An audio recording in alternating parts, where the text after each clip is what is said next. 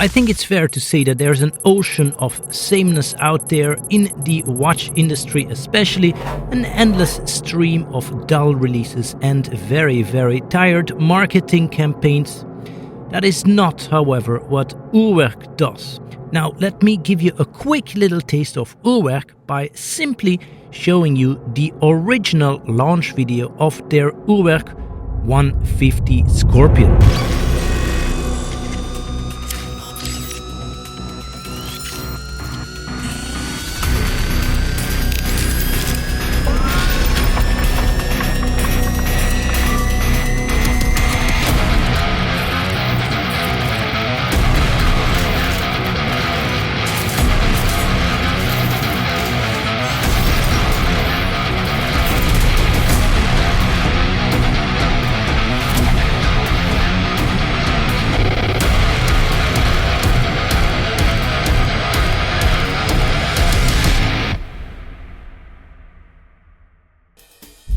Wow, how good is that?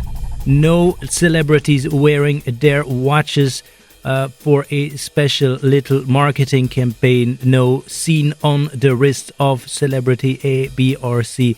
Just full on mechanical magnificence. Absolutely fantastic. So this is the latest iteration of URWERK's UR-150, now in a Blue Scorpion execution. Real quick, the case is 42.5mm wide, 51mm long and 14.8mm thick, obviously with a very domed sapphire crystal there. This actually sits super well on the wrist. They absolutely nailed that part as well, especially if you think about all the mechanics they managed to pack in this super comfortable form factor. This particular release, the case is made from sandblasted steel on the upper side, if you will, and then grade 5 titanium on the bottom side. It's capped with a domed sapphire crystal, as mentioned, that looks like it's barely able to hold that chaos underneath. Water resistance is practical at 50 meters, and it's paired with a tough and super nicely designed, I have to say, and very comfortable rubber strap, or rather hybrid rubber strap.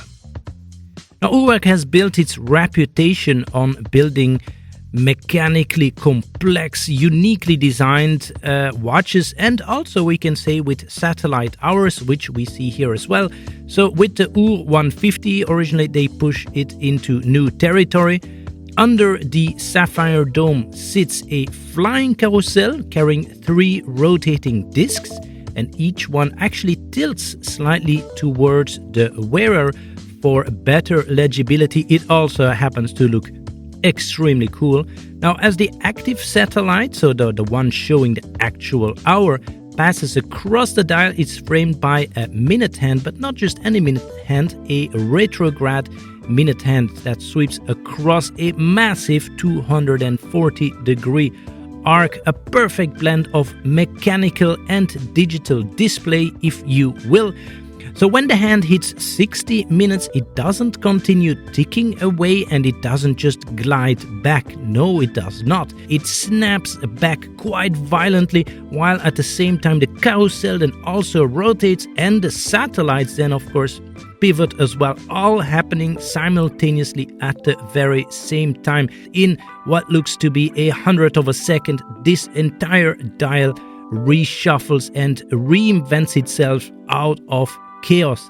This is also where the watch gets its name from, actually. So the hand that snaps back there, controlled yet super violent, which frames the hour then as well, is the sting of the scorpion. So once an hour, bam, sting of the scorpion on your wrist. Mechanical drama at the edge of chaos, but always in control.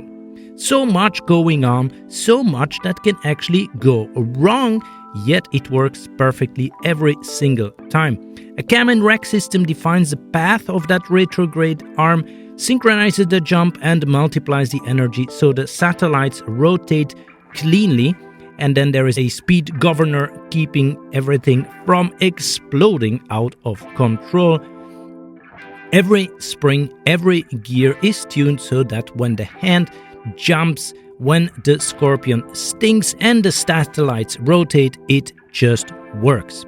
Now, while the mechanics are quite violent in a very beautiful way, the case is organic, sculpted and very ergonomic. Now, I believe even URWERK stated with the initial UR-150 release that it was their most comfortable wristwatch made at the time. And while I haven't had the opportunity to try on all their releases, this one is definitely excellent in terms of wrist experience. And yes, every 60 minutes you get this instant burst of mechanical joy, of mechanical theater, so much going on. And despite the essentially open dial, everything remains perfectly readable. This is super well designed, both from a design point of view and a mechanical point of view. Absolutely fantastic. And this is why I love URWERK. In an industry that too often or almost all the time plays it safe, they remind us that watchmaking can still feel dangerous, futuristic and